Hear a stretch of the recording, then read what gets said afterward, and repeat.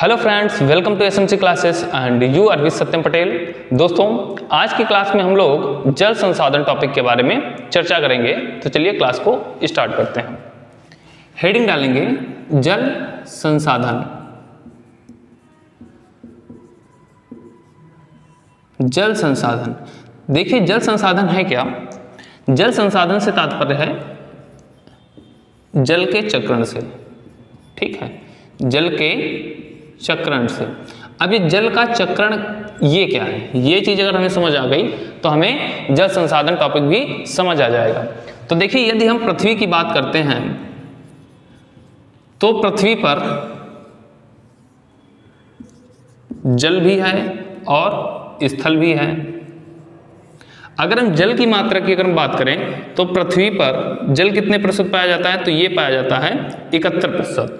और स्थलीय भाग कितना है, ये है 29%। अब ये जो जल हमारा 71% है, इसको भी दो कैटेगरी में डिवाइड किया गया है। एक ऐसा जल जो कि अलवणीय है, यानी कि जिसको हम बोल सकते हैं मीठा जल, और एक दूसरा जो हमारा है लवणीय अर्थात खारा जल। यदि हम लवणीय जल की बात करें, अलवणीय जल की यानी कि मीठे जल की बात करें, तो मीठा जल जो पाया जाता है वो लगभग पाया जाता है 2.5%।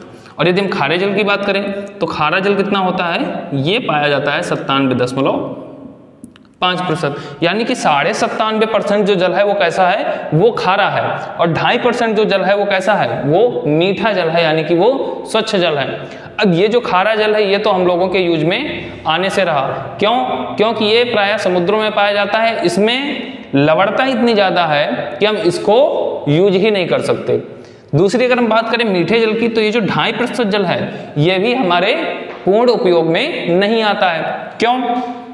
क्योंकि ये ग्लेशियर के रूप में पाया जाता है।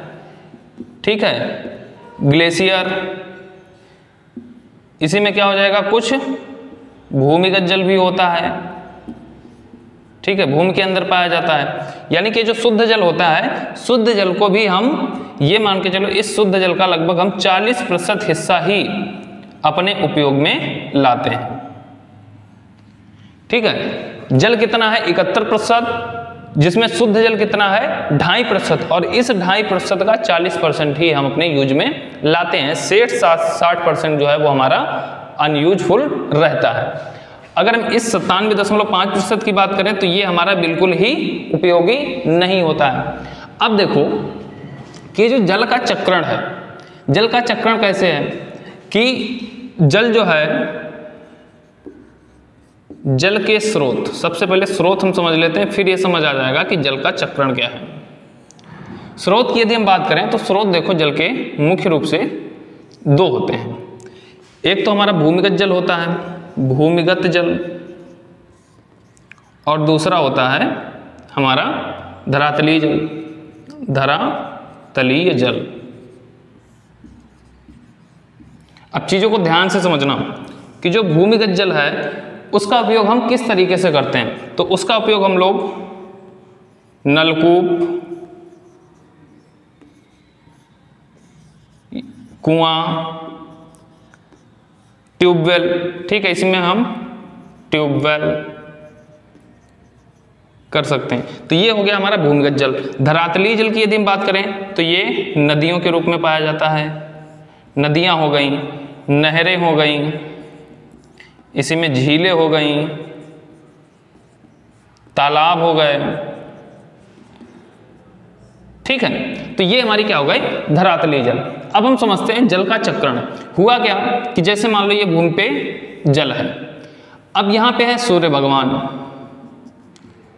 अब हुआ क्या कि सूर्य की किरणें जमीन पर पड़ी। अब इससे क्या हुआ, जल में हुआ वाष्पन। ठीक है भाई, जल क्या हुआ, वाष्पित हुआ। अब जल किस में बना, वाष्प में बना। एक तो क्या हुआ कि जो हमारे जल के स्रोत हैं, कौन कौन, नदियां, नहरें, झीलें, तालाब, यहां से जल क्या हुआ, वाष्पीकृत हुआ। दूसरा क्या हुआ कि यहां पे जो हमारे पेड़ पौधे हैं, ठीक है, पेड़ पौधों में भी एक क्रिया होती है वाष्पोत्सर्जन।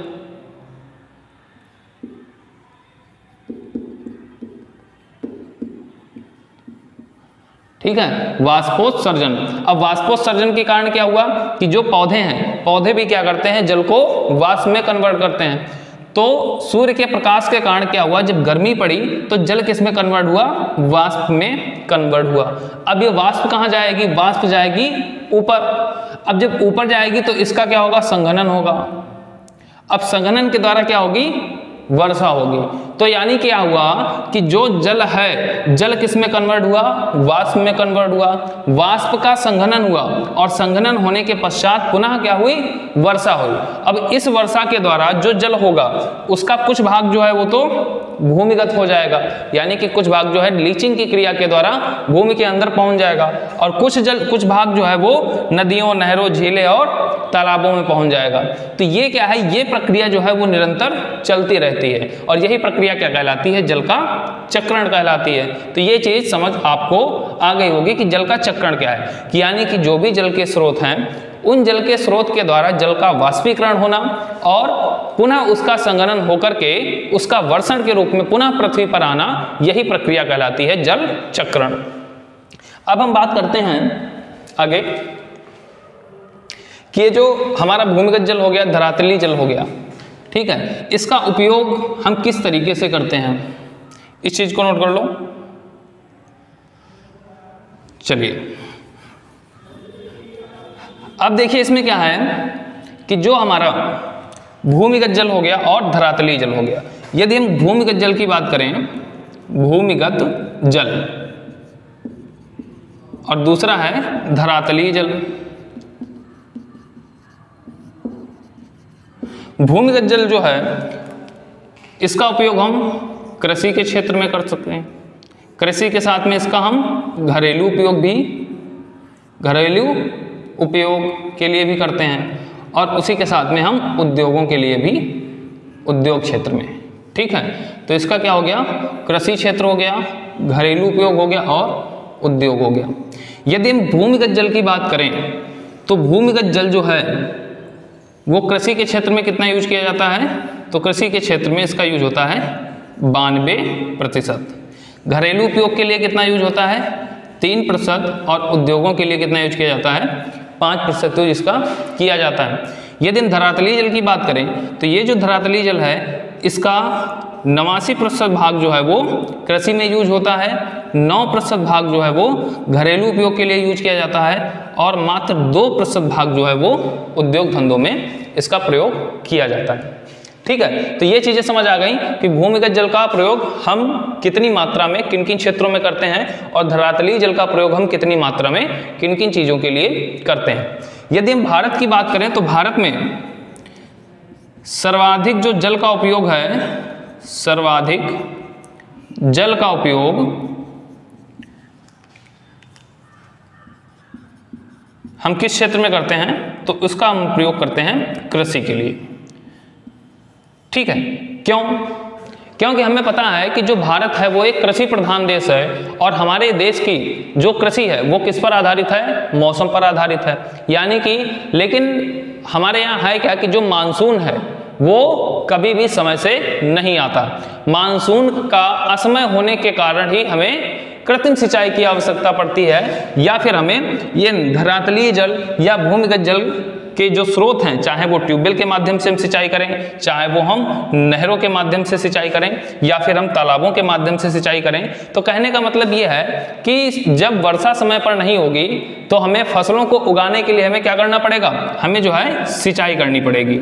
और सिंचाई कहाँ से की जाएगी, तो सिंचाई के माध्यम हमारे यही है, या तो हम ट्यूबवेल से यानी कि पंपिंग सेट से करें, या फिर हम नहरों के माध्यम से करें, या फिर हम तालाबों के माध्यम से करें। अब जब हम सिंचाई के लिए भूमिगत और धरातलीय जल का यूज करते हैं तो इसके कुछ दुष्परिणाम भी होते हैं। तो उसके दुष्परिणाम क्या क्या होते हैं ये आप समझिए, इसको नोट कर लें। चलिए देखिए, जब हम ज़्यादा दोहन करेंगे तो कुछ क्षेत्रों में क्या होगा कि आपने देखा होगा कई जगह ऐसे हैं जहाँ पे जल की कमी होने लगी, ठीक है। उसका रीजन क्या है, कि कई सारे ऐसे क्षेत्र हैं जहाँ पे वर्षा होती ही नहीं है। जैसे आप ले लेंगे राजस्थान, तो राजस्थान में अगर हम देखें तो बहुत ही कम वर्षा होती है, और कुछ क्षेत्र ऐसे हैं जहाँ पे वर्षा बहुत ही ज़्यादा मात्रा में होती है। जैसे हमारा हो जाएगा मेघालय में मासिनराम, ठीक है, मेघालय का मासिनराम में सर्वाधिक वर्षा, और राजस्थान की अगर हम बात करें तो राजस्थान में बहुत कम वर्षा होती है। तो कुछ क्षेत्र ऐसे हैं जहाँ पे वर्षा बहुत ही ज़्यादा मात्रा में हो रही है, और कुछ क्षेत्र ऐसे हैं जहाँ पे वर्षा बहुत ही कम मात्रा में हो रही है। अब होगा क्या कि जल का जब हम दोहन करेंगे तो इससे क्या होता है, इससे जो है बीमारियाँ या फिर रोग जो है वो पनपने लगते हैं। अब रोग कौन कौन से होते हैं, तो जल से आपने देखा होगा, एक तो रोग होता है मिनी माटा रोग। ये किसकी अधिकता के कारण होता है, तो Hg, ठीक है। जब जल में पारा की अधिकता हो जाती है तो मिनी माटा रोग हो जाता है। इसके अलावा जल में आर्सेनिक की मात्रा बढ़ जाती है। आर्सेनिक की जो मात्रा है वो क्या हो जाती है, अधिक जल दोहन से आर्सेनिक की भी मात्रा बढ़ जाती है। फ्लोराइड, ठीक है, फ्लोराइड की भी मात्रा क्या हो जाती है, बढ़ जाती है। अब इससे क्या होता है, इसका जो है हमारे स्वास्थ्य पर बहुत ही गहरा प्रभाव पड़ता है। अब होता क्या है कि इसको जल संसाधन यानी कि जल दोहन को रोकने के लिए भारत सरकार ने विभिन्न जो है कदम उठाए, जिनको पंचवर्षीय योजनाओं के माध्यम से भी जो है जल को संरक्षित करने का बढ़ावा दिया गया। इसी के साथ में बहुउद्देशीय परियोजनाएं भी चलाई गई, जैसे आपका हीराकुंड बांध हो जाएगा, भाखड़ा नांगल बांध हो जाएगा, इंदिरा गांधी नहर परियोजना हो जाएगी, ठीक है। और इन बांधों से संबंधित वीडियो हमने डाल रखी है, तो जिन लोगों ने वो वाली वीडियो नहीं देखी है वो लोग जो है नीचे आप डिस्क्रिप्शन में लिंक दी गई है, वहां से आप उसको वीडियो को देख सकते हैं, ठीक है। अब ये बांध हो गए। अब बहुउद्देशीय जो परियोजनाएं लाई गई, इनका उद्देश्य क्या था, एक तो ये हो जाएगा कि इनका जल का संरक्षण कर लिया जाएगा। दूसरा क्या होगा कि इसके साथ साथ हम जो हमारा विद्युत है, विद्युत का भी हम उत्पादन कर सकते हैं। इसी में हम मछलियों का भी उत्पादन कर सकते हैं, यानी कि मछली पालन भी कर सकते हैं। इसके अलावा हम घरेलू उपयोगों में भी इसको हम प्रयोग कर सकते हैं। इसी के साथ साथ जो बांध होते हैं उनके द्वारा हम क्या कर सकते हैं कि ऐसे क्षेत्र जहां पर जल की मात्रा बहुत ही कम है, वहां पर जो है हम उनको नहरें या फिर नदियों के माध्यम से हम वहां पे जल उनको पहुंचा सकते हैं। दूसरी चीज़ ये हो जाएगी कि ऐसे क्षेत्र जहां पे बाढ़ वगैरह आती है, वहां पर हम जल की मात्रा को हम सीमित कर सकते हैं, यानी कि बाढ़ को हम रोक सकते हैं। तो ये जो तमाम प्रकार की जो बहुउद्देशीय परियोजनाएं हैं, ठीक है, इन सबको जो है भारत सरकार ने इन पर बल दिया, और इसका उपयोग जो है जल संसाधन के दृष्टिकोण से अगर हम देखें तो बहुत हो जाता है। और अगर हम भारत की बात करें तो भारत में जो है जो जल है वो विश्व के जल का 4% पाया जाता है, यानी कि जितना विश्व में जल है उस टोटल विश्व के जल का 4% भाग जो है वो कहाँ स्थित है, वो भारत में ही स्थित है। अगर हम भारत की बात करें तो भारत में कुल वार्षिक वर्षा कितनी होती है, कुल वार्षिक वर्षा, तो भारत में कुल वार्षिक वर्षा की मात्रा कितनी हो जाती है, ये हो जाती है 4000 घन किलोमीटर, ठीक है। यानी कि प्रति वर्ष जो है भारत में 4000 घन किलोमीटर वर्षा होती है। तो आज की क्लास हम यहीं पे समाप्त करते हैं, कल हम लोग इसके आगे बढ़ेंगे। आज की वीडियो आपको कैसी लगी कमेंट करके जरूर बताएं। धन्यवाद।